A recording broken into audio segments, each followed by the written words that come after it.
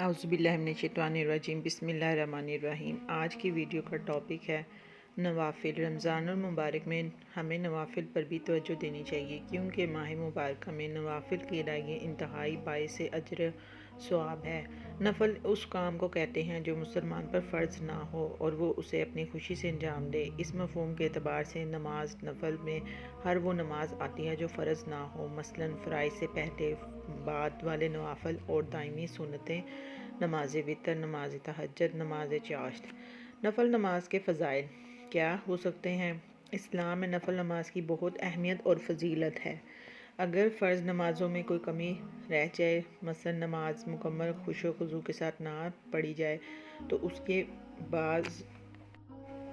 کی بعض سنتیں یا بعض مستحب امور رہ جائیں تو نفل نماز فرض نمازوں کے اس طرح کے نقص کو پورا کر دیتی ہے۔ رسول اللہ صلی اللہ علیہ وسلم نے ارشاد فرمایا، روز قیامت بندے سے جس چیز کا سب سے پہلے حساب لیا جائے گا وہ ہے اس کی نماز۔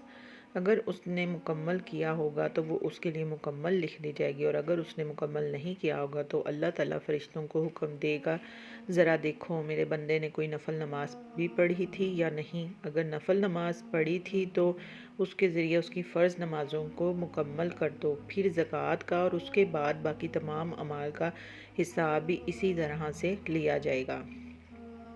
حضور پاک صلی اللہ علیہ وسلم نے ایک اور موقع پر ارشاد فرمایا، تم زیادہ سے زیادہ سجدے کیا کرو، کیونکہ تم اللہ تعالیٰ کی رضا کے لیے ایک سجدہ کرو گے تو وہ اس کے بدلے میں تمہارا ایک درجہ بلند کر دے گا اور تمہارا ایک گناہ مٹا دے گا۔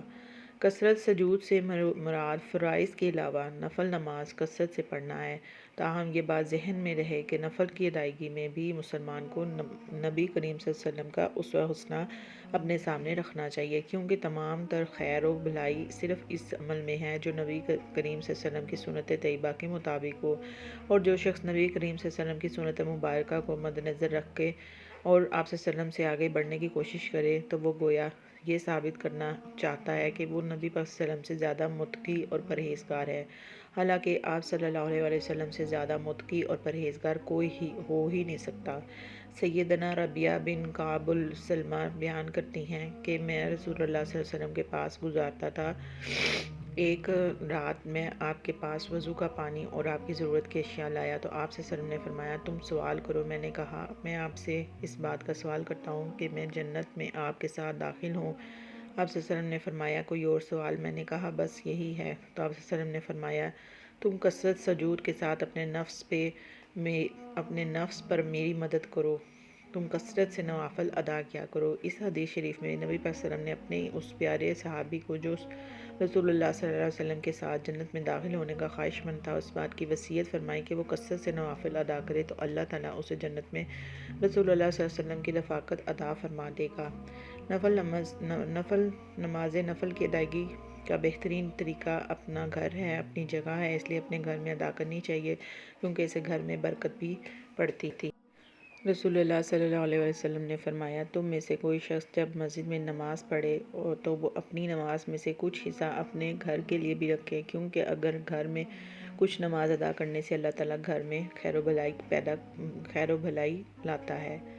حضور صلی اللہ علیہ وسلم نے فرمایا، لوگو تم اپنے گھروں میں نماز پڑھتے رہو، کیونکہ بہتر نماز آدمی کی وہی ہے جو اس کے گھر میں ہو، مگر فرض نماز مسجد میں پڑھنی ضروری ہے۔ اپنے گھروں میں بھی نمازیں پڑھا کرو اور انہیں بالکل مقبرہ نہ بنا لو۔ حضور صلی اللہ علیہ وسلم نے فرمایا، اللہ تعالیٰ فرماتا ہے کہ جس شخص نے میرے کسی ولی سے دشمنی کی، اسے میری طرف سے اعلان جنگ ہے، اور میرا بندہ جن جن عبادتوں سے میرا قرب حاصل کرتا ہے، کوئی عبادت مجھ کو اس سے زیادہ پسند نہیں مگر جو میں نے اس پر فرض کی، یعنی کہ فرائض مجھ کو بہت پسند ہیں، جیسے نماز، روزہ، حج، زکوٰۃ، اور میرا بندہ فرض ادا کرنے کے بعد نفل عبادتیں کر کے مجھ سے اتنا نزدیک ہو جاتا ہے کہ میں اس سے محبت کرنے لگ جاتا ہوں۔ حضور صلی اللہ علیہ وسلم نے فرمایا، اس حدیث سے یہ ثابت ہوتا ہے کہ فرائض پر ہمیشگی کرنے سے بندے کو اللہ تعالیٰ کی محبت نصیب ہوتی ہے۔ فرائض کے بعد نفلی نماز، نفلی روزہ، صدقہ، نفلی حج اور اس کے علاوہ باقی نفلی عبادات پر ہمیشگی کرنے سے اللہ تعالیٰ کا تقرب حاصل ہوتا ہے۔ سیدنا عائشہ رضی اللہ عنہا بیان کرتے ہیں کہ صبح وسلم رات کو اتنا طویل قیام فرماتے ہیں تھے کہ آپ کے پاؤں مبارک پھٹنے لگ جاتے۔ میں عرض کرتی ہے اللہ کے رسول، آپ ایسا کیوں فرماتے ہیں، آپ ایسا کیوں کرتے ہیں، حالانکہ اللہ تعالیٰ نے آپ کی اگلی پچھلی تمام خطائیں معاف فرما دی ہیں۔ تو آپ صلی اللہ علیہ وسلم نے ارشاد فرمایا، کیا میں اللہ کا شکر گزار بندہ نہ بنوں؟ اس لیے ہمیں چاہیے کہ اللہ تعالیٰ کے بے شمار احسانات کا شکریہ ادا کرتے ہوئے نفل نماز کو اپنی زندگی میں معمول بنائیں، اور بالخصوص رمضان المبارک کی مبارک ساتوں میں فرائض کے ساتھ ساتھ کثرت نوافل سے اللہ اور اس کے رسول کا قرب حاصل کریں۔ اگر ویڈیو پسند آئے تو لائک، شیئر اور چینل کو سبسکرائب کر دیں تاکہ آنے والی تمام نیو ویڈیوز کا نوٹیفیکیشن آپ تک بآسانی پہنچ سکے۔ ملتے ہیں اگلی ویڈیو میں۔ اللہ نگہبان۔